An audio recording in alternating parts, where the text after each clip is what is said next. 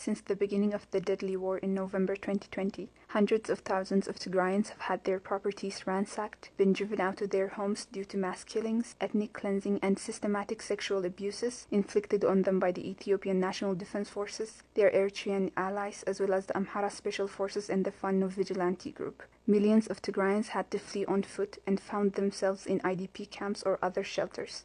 Yet thousands of others were unable to escape, dying in thousands on the road. On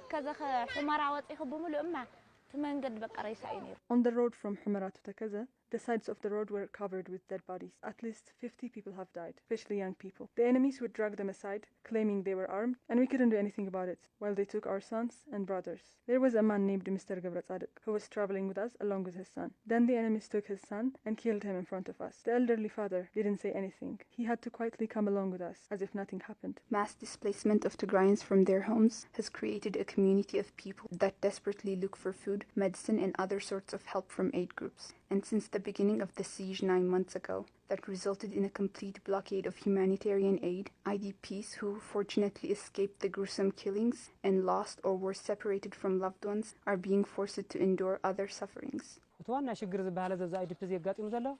The main problem we are facing here is lack of food. We used to eat once a day before, but now even that is gone.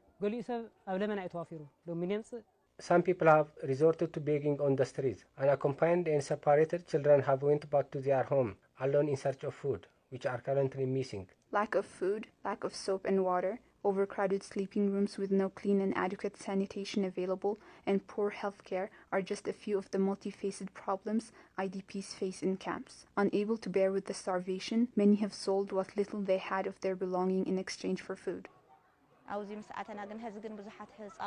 Our children are starving here. There are no sleeping beds. Even those who had one have sold them in exchange for food.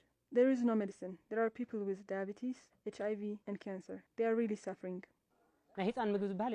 There is no food for infants. There is no soap, no oil, no sanitary pads, and due to lack of hair oil, 250 children have gotten rashes on their scalps. Women and children are the most vulnerable of internally displaced people.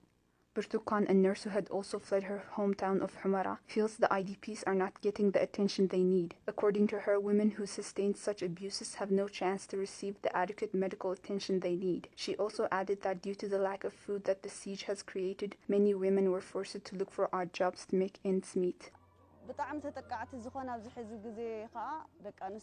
There are women who came here after being sexually abused. Some have delivered and some others have underwent abortion. These women are not getting the help that they need, like psychological support. Due to lack of food and other basics, women have resorted to looking for odd jobs at bars and other unwanted places.